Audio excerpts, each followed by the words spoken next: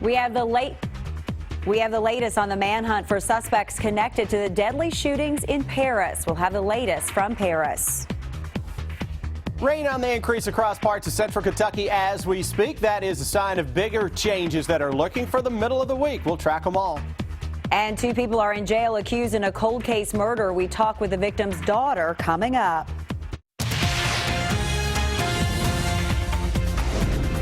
This is WKYT News at 4.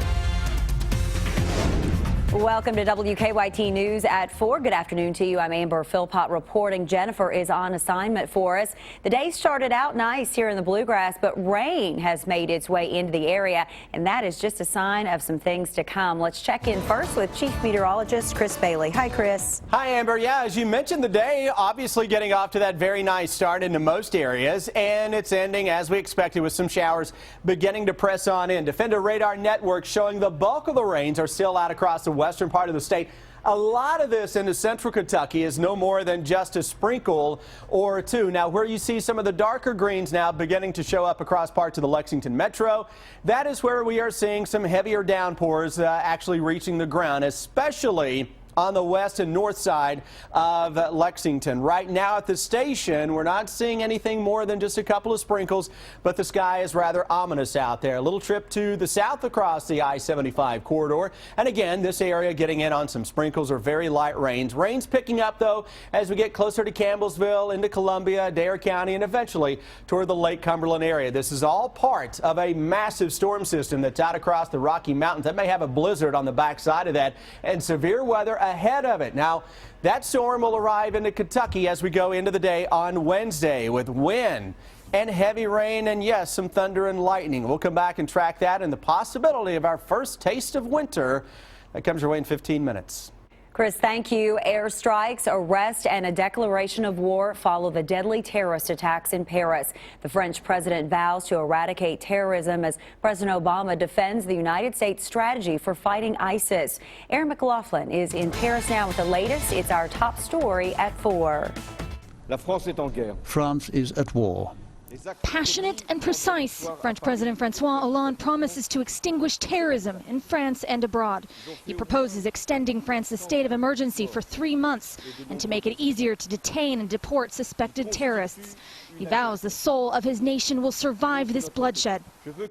I want France to remain itself. Barbarians attacking it want to defigure it. They will not succeed. Friday attacks that killed 129 people in Paris have sparked a series of raids, arrests and detentions in France and Belgium.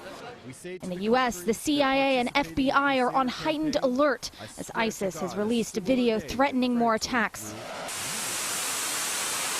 In Raqqa, Syria, the French continue a bombing campaign against ISIS. In Turkey, for the G20 summit, President Obama defends his actions in response to bruising questions, accusing the U.S. of failing to act aggressively against the terror organization. So when I said that we are containing their spread in Iraq and Syria, in fact, they control less territory than they did last year. And the more we shrink that territory, the less they can pretend that they are somehow a functioning state, and the more it becomes apparent that they are simply a network of killers who are brutalizing local populations. One of those brutal killers is now the subject of an intense international manhunt. 26-year-old Salah Abdeslam is believed to be connected to the Paris attacks. A reminder that danger persists even in the midst of mourning. The attacks in Paris have renewed discussion about allowing Syrian refugees to relocate here in the United States. Alabama Governor Robert Bentley says he won't allow Syrian refugees to move to his state. Meanwhile, Louisiana's governor has sent a letter to the White House demanding to know how many Syrian refugees have relocated to Louisiana. We'll have more on Kentucky's response to refugees coming up on WKYT News at 6. Football fans headed to Cincinnati for tonight's Bengals game are being asked to arrive early. The NFL has increased security at stadiums around the country in the wake of the Paris attacks. Homeland Security officials say there are no known or credible threats to the U.S. right now. 4 years later, it appears there has been a major break in a Central Kentucky murder case. Paul Brewer was shot and killed inside his Montgomery County home just a few days before Christmas. 2 men now face charges for murder and robbery, and court documents link them to Brewer's death. WKYT's Victor Puente has the latest from Montgomery County. Paul Brewer's daughter tells me she's thankful there's been an arrest in this case. She tells me she's also worried about what's going to happen next. December will make 4 years since he was found murdered in his home. The arrest warrants for Nikki Miller and Cody Hall both say they were involved in an armed robbery on December 21st of 2011. The warrants say the victim of the robbery was fatally shot. Sheriff Fred Shortridge says that victim was Paul Brewer. The next day, Montgomery County deputies would find Brewer shot inside his home. The sheriff says he was still in bed and there was no sign of forced entry. They believe the murder was a robbery gone wrong, and Brewer knew the people involved. Hall and Miller were arrested last Thursday. Hall at the Hope Center in Lexington, Miller at his home in Stanton. Brewer's daughter says she knows this isn't the end of the case. I wouldn't say that there's any relief because none of this is going to bring my dad back. It does make me feel better that they're not out walking on the street anymore. Sheriff Shortridge tells me they anticipate making at least 2 more arrests in this case, including 2 females. He believes the suspects knew the victim through work. In Montgomery County, Victor Puente, WKYT. Both men are expected in court Thursday. Police continue to search for suspects in the murder of a 7-year-old girl. Gabriella Doolin, or Gabby as she was called, was at Scottsville High School in Allen County Saturday night watching her older brother play football. She disappeared from the stadium, and 30 minutes later, police say her body was found in a creek in a wooded area behind the school. An autopsy performed this morning confirmed her death is a homicide. Thousands in Gabby's small community came together last night to show support for her parents. We, as a community, Brian, stand with you. This whole town stands with you tonight. We're praying for you. We're crying with you. We're mourning with you. We stand with you.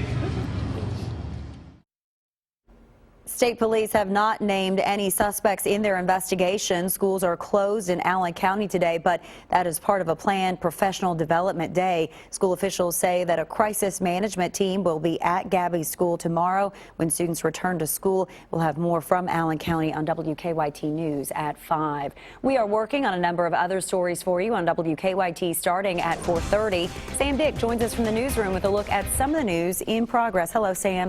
Good afternoon, Amber. Work is underway now to get the heat working for a paramedic's family. Fayette Heating and Air arrived at John Mackey's home this morning to replace his family's heating system. Mackey died a week ago after being hit by a car while on duty. He'd been working on the heating system at his home before he died. When Fayette Heating and Air heard the story, they stepped in to help. It's not about the money. It's not about the volume of money or the quantity of money or anything. It's about caring and trying to be a better place to live. And it has nothing to do about the money. It's all about taking care of our fellow man. Also, Raising Cane's in Nicholasville is donating 15% of all their sales today to the Mackey family.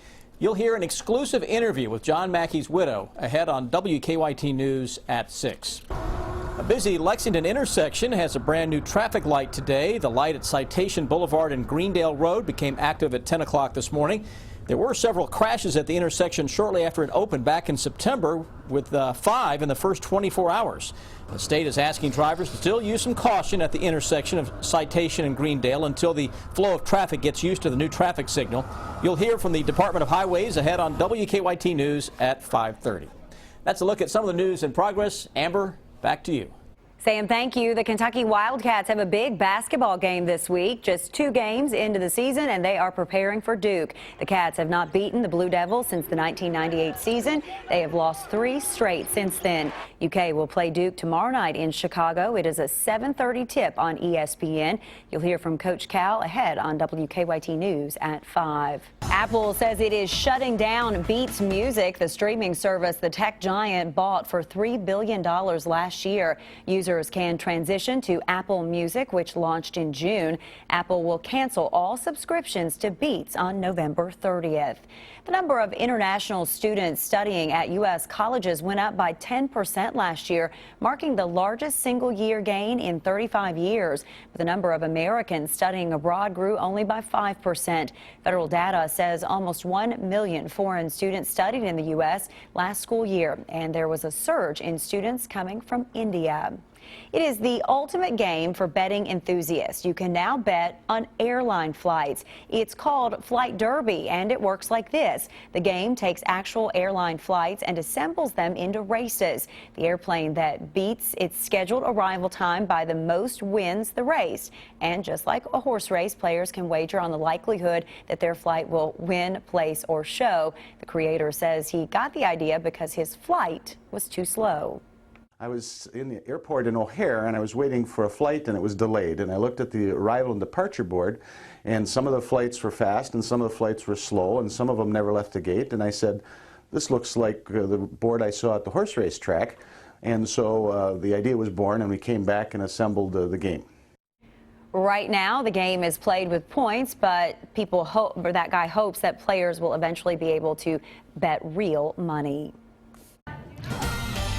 A live look at Lexington rush hour traffic this afternoon, and not too bad. Mostly green. We do have a collision on the outer loop of Man of War at Maple Leaf. Now, that crash will cause a delay there between Todd's Road and Maple Leaf over in the Hamburg area for the next few as police continue to work that.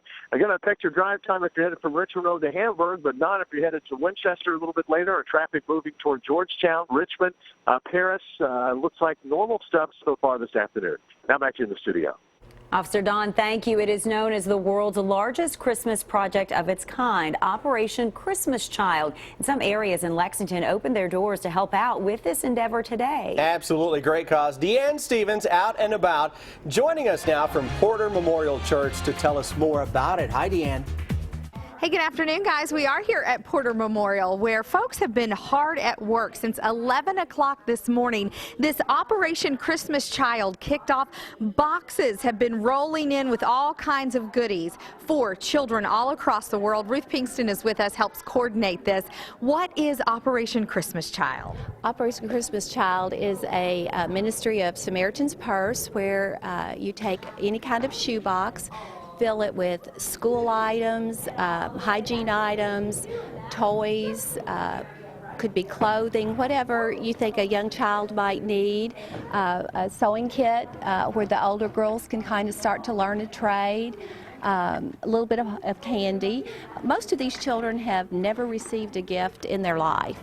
And so, you know, this is Christmas, birthday, they're not even familiar with this. The sad part of that is we have all of this stuff just laying around our house where other people could actually be using it and benefit from it. Right. And so many of these children, if they don't get school supplies, if they don't have paper, pencil, they're not able to go to school if their parents, you know, cannot afford that. So Operation Christmas Child helps make that possible, right? Absolutely. Okay, so from today, you guys started at 11 o'clock this morning. You're going to wrap things up around 5. You're doing this until Monday? Yes, Monday the 23rd, so people can still go out, fill their boxes, bring them in. There's a number of locations around the Bluegrass area. And you said there's all kinds of boxes. It doesn't necessarily have to be a fancy red and green Christmas box. It can be plastic, it can be anything, and as you can see, oh, they're rolling in here with more boxes. They keep coming. All right, tell folks how they can participate, because everybody can help out. Okay, all you have to do is find a shoebox, plastic,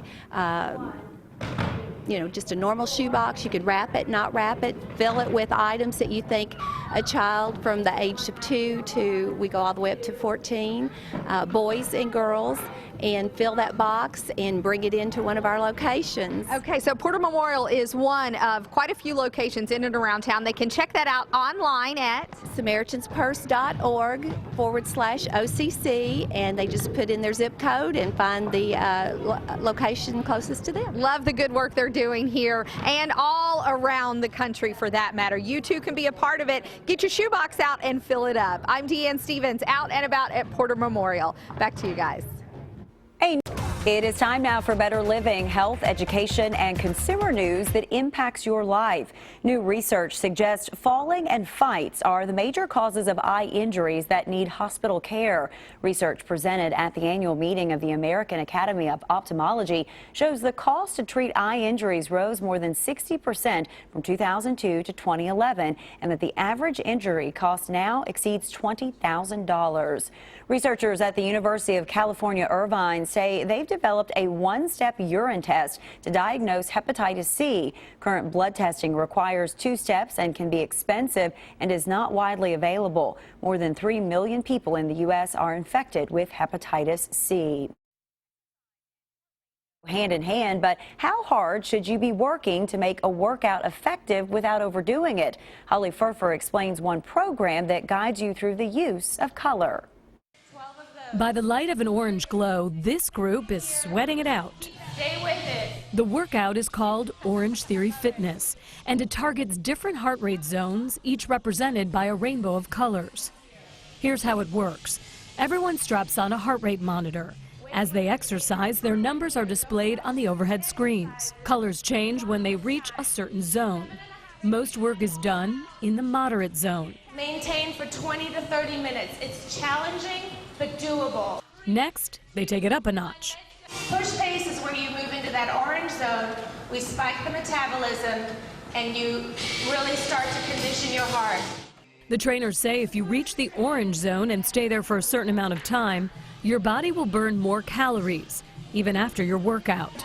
That theory is based on a science known as EPOC. EPOC stands for excess post-exercise oxygen consumption, and that's really the reason why we breathe faster after we have a period of strenuous activity. For several hours afterwards, you continue to have a really high metabolism, and that's what turns into losing weight. And with the monitors, the trainers are able to make sure everyone's where they need to be. Okay, watch those numbers come up. Heart rate starts to increase here.